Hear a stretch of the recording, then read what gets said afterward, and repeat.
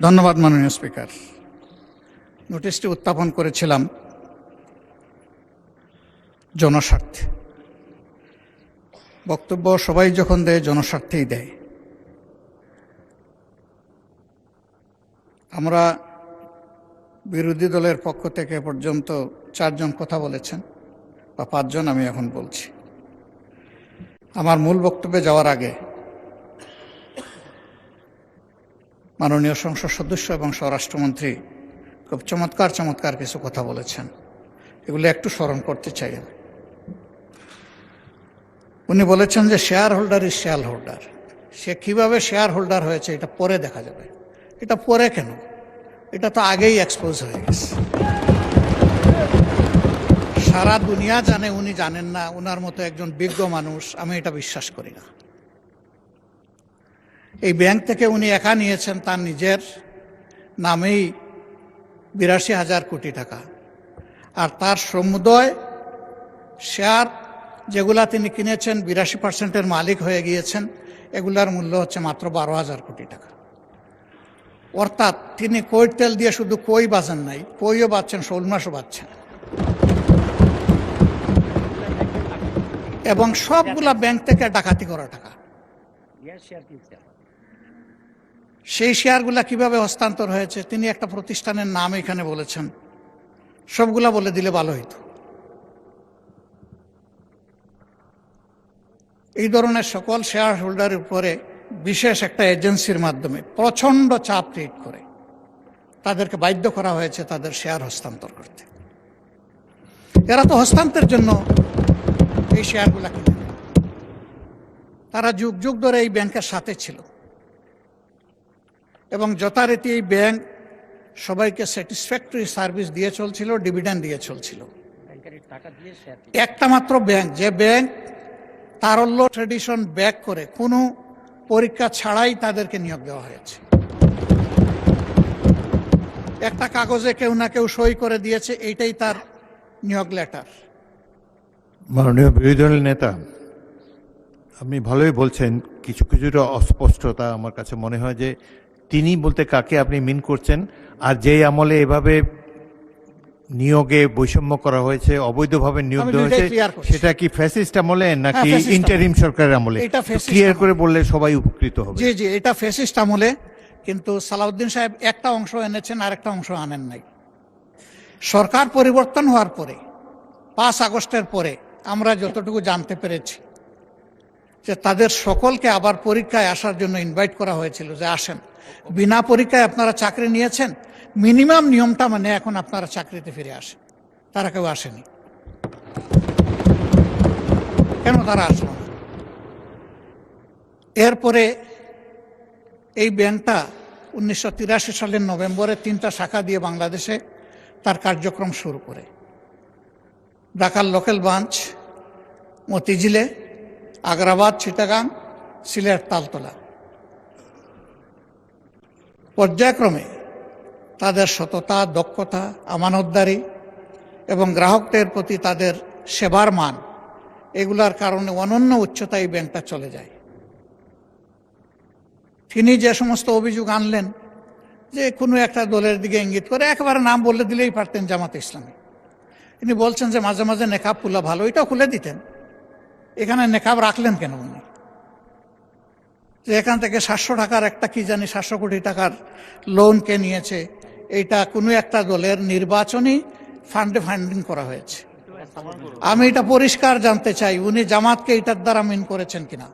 যদি উনি মিন করে থাকেন, I am taking absolute challenge.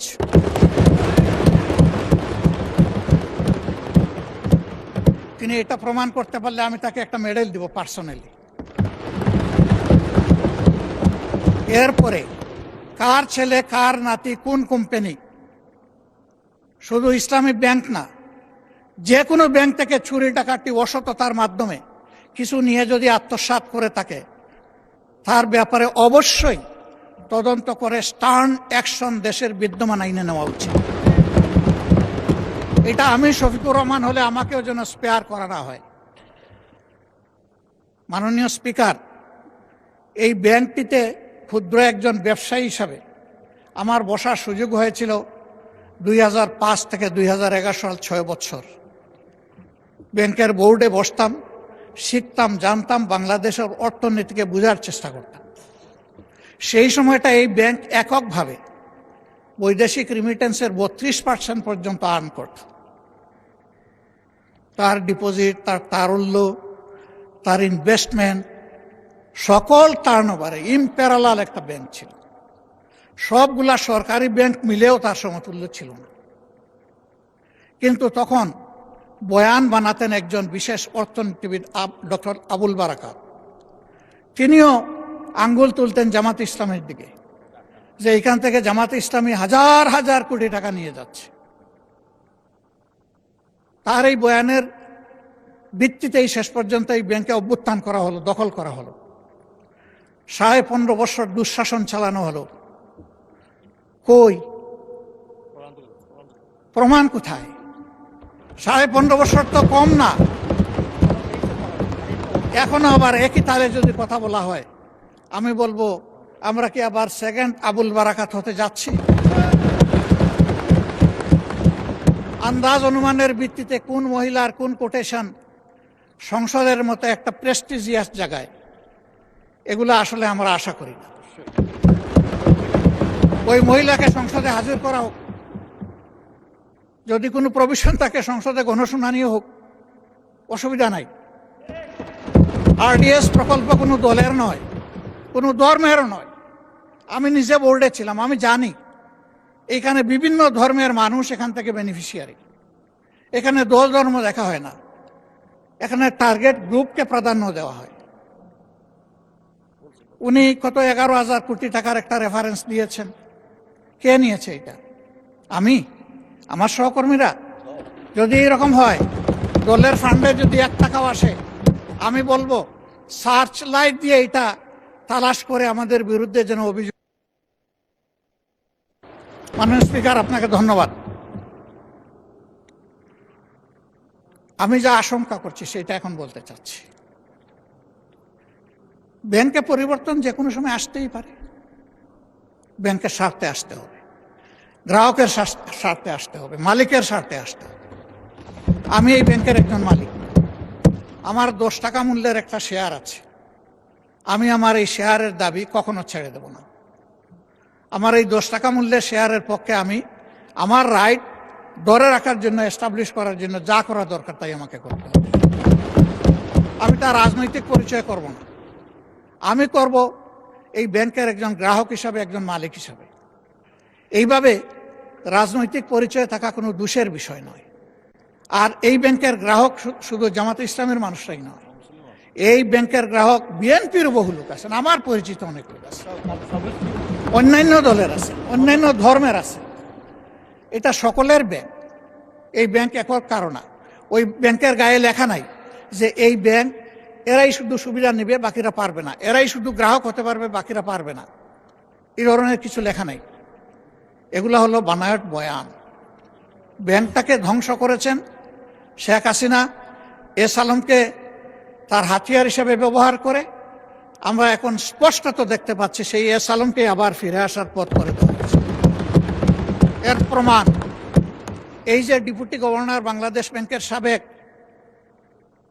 তিনি রংপুরের রিজিওনাল ম্যানেজার থাকা অবস্থায়, ডিরেক্টর থাকা অবস্থায় অনিয়মের 52 লাখ টাকার অভিযোগ তার বিরুদ্ধে প্রমাণিত হয়েছে। তাকে তখন শাস্তি দেওয়া হয়েছে। আর 5 আগস্টের পর তিনি স্বৈরাচারের দূষর এবং দুষ্কৃতকারী হওয়ার কারণে তিনি শেষ পর্যন্ত এখান থেকে বাধ্য হয়েছেন চলে যেতে। সেই লোকটাকে এনে এখানে বসানো হলো। তিনি যখন ডেপুটি গভর্নর, তখন এস আলমের সকল অপকর্মের তিনি ছিলেন সহযোগী, এবং সেই হিসাবে তিনি একটা প্রাইজ পেয়েছিলেন। তার স্ত্রীর নামে ভুয়া কোনো প্রতিষ্ঠানের অস্তিত্ব নেই, সেখানে 3.5 কোটি টাকা এক্সিম ব্যাংক থেকে গিফট লোন দেওয়া হয়েছে। তিনি অসৎ। সেই লোকটাকে এনে একটা বিধ্বস্ত ব্যাংকের মাথার উপর বসায় দেওয়া, এটা কোনো যুক্তিতেই মেনে নেওয়া যায় না।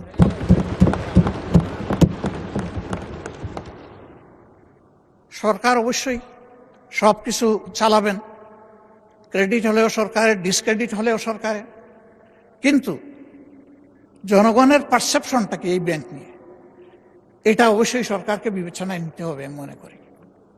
সরকার বিবেচনায় নিলে দেশ লাভবান হবে, জাতি লাভবান হবে। ইসলামী ব্যাংক কোনো কারণে যদি আরো ক্ষতিগ্রস্ত হয়, আমি ব্যক্তিগতভাবে মনে করি বাংলাদেশের অর্থনীতি মাটির সাথে বসে যাবে। আস্থার এটি একটা পিরামিড। এই পিরামিড হেলে পড়লে অথবা বিধ্বস্ত হয়ে গেলে ব্যাংকিং ব্যবস্থার উপরেই মানুষের অনাস্থা তৈরি হবে, এবং এই অনাস্থা বাংলাদেশের জন্য কোনো ভালো বার্তা বয়ে আনবে না। যারা রিমিটার, তাদের কষ্টে অর্জিত টাকা বাংলাদেশে পাঠায় পরিবারের জন্য, দেশবাসীর জন্য, তাদের মধ্যেও এখন অস্থিরতা তৈরি হয়েছে। আমি হজের সফরে মাত্র 11 দিনের জন্য গিয়েছিলাম। সেখানে এই ব্যাপারে অনেকের উদ্বেগ, সরাসরি প্রশ্ন শোনার সুযোগ পেয়েছি। এতে দেশের অর্থনীতি ক্ষতিগ্রস্ত হবে। রেমিটেন্স প্রবাহ যদি বাধাগ্রস্ত হয়, আমাদের মাত্র 2টা সোর্স, একটা রেমিটেন্স, আরেকটা হচ্ছে আরএমজি। আরএমজিও এখন বিভিন্ন চ্যালেঞ্জের ভিতর দিয়ে অতিক্রম করছে। রেমিটেন্সও যদি বিপদে পড়ে যায়, তাহলে আমাদের দেশের অর্থনীতিটা গিয়ে কোথায় দাঁড়াবে মাননীয় স্পিকার? এই সবগুলোই তো আমরা বিপদে পড়ে যাব। এই জন্য আমরা অনুরোধ করব, জোর জবরদস্তি করে যাদের কাছ থেকে এই শেয়ারগুলা ডাকাতি করে নিয়ে যাওয়া হয়েছিল, অনতি বিলম্বে সসম্মানে সেই মূল্যেই তাদের কাছে আবার শেয়ারগুলো ফিরিয়ে দেওয়া। এরপরে সরকার সকল নিয়ম কানুন মেনে বোর্ড গঠন করবে, পরিচালনা করবে, আমাদের পূর্ণ সমর্থন থাকবে। এই ব্যাপারে আমাদের কোনো আপত্তি থাকবে না। সন্তান তার মায়ের কুলেই তো নিরাপদ। ওরা তো সৎমা হয়ে এসেছিল, ওদের কোনো দরদ ছিল না, ওরা ডাকাতি করেছে। এখন আবার যদি অসৎ লোকদেরকে দিয়ে এই ব্যাংক পরিচালনা করা হয়, যা আছে তাও শেষ হয়ে যাবে, উধাও হয়ে যাবে। আমাদের উদ্বেগটা এই জায়গায়। তখন যখন এই সমস্যা দেখা দিয়েছিল, মাত্র 4 দিনে ওখানে 70,000 কোটি টাকা ব্যাংক থেকে মানুষ উত্তোলন করে ফেলেছিল। আমরা একটু অনুরোধ জানিয়েছিলাম একজন গ্রাহক হিসাবে, ছোট্ট একজন মালিক হিসাবে, একটু ধৈর্য ধরুন, ব্যাংকটাকে বাঁচতে দিন। থেমে গিয়েছিল। এখন কি বলবো মানুষকে? এখন তো বলার কিছুই খুঁজে পাচ্ছি না। এই জন্য আপনার মাধ্যমে আমি মাননীয় প্রধানমন্ত্রীকে বিশেষভাবে অনুরোধ করব, বিষয়টা নিয়ে তিনি যেন সিরিয়াসলি ভাবেন। কোনো পূর্ব ধারণা থেকে নয়, বাস্তবতার ভিত্তিতে এই ব্যাংকটাকে বাঁচাতে হবে। আমরা বিশ্বাস করি এই ব্যাংক বাঁচলে, তার আগের জায়গায় ফিরে আসলে, ব্যাংকিং ব্যবস্থাপনার উপরে মানুষের আস্থা আবার ফিরে আসবে। অর্থনীতির 2 চাকার 1 চাকা ব্যাংক আর 1 চাকা স্টক মার্কেট। ব্যাংকে আস্থা ফিরে আসলে অবভিয়াসলি হাত ধরে স্টক মার্কেটও আস্থা ফিরে আসবে।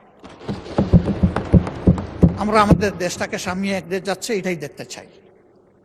আর লেম এক্সকিউজ এবং ব্লেমের যে বিষয়গুলো এখানে চলে আসে, এটা থেকে আল্লাহর কাছে আশ্রয় চাই। অলরেডি 5টা ব্যাংকের গ্রাহকরা রাস্তায় রাস্তায় ভিক্ষুকের মতো ঘুরছে। তারা তাদের বিনিয়োগের কোনো রেজাল্ট পাচ্ছে না, তারা তাদের আমানত ফেরত পাচ্ছে না। আবার যদি সর্ববৃহৎ ব্যাংকের একই বিপর্যয় ঘটে, তাহলে আমরা গিয়ে কোথায় দাঁড়াবো? মাননীয় স্পিকার, আজান হয়ে গেছে, আমার কথা আমি এখানেই শেষ করলাম। আমি আপনার মাধ্যমে একটা প্রতিকার চাই, ব্যাংকটা বাঁচুক, আমরা এটাই চাই। আসসালামু আলাইকুম। ধন্যবাদ মাননীয় বিরোধী দলের নেতা। মাননীয় সদস্যবৃন্দ, সংসদে বৈঠক মাগরিবের নামাজের জন্য 30 মিনিটে বিরতি দেওয়া হলো। বিরতির পর প্রথমেই বক্তব্য রাখবেন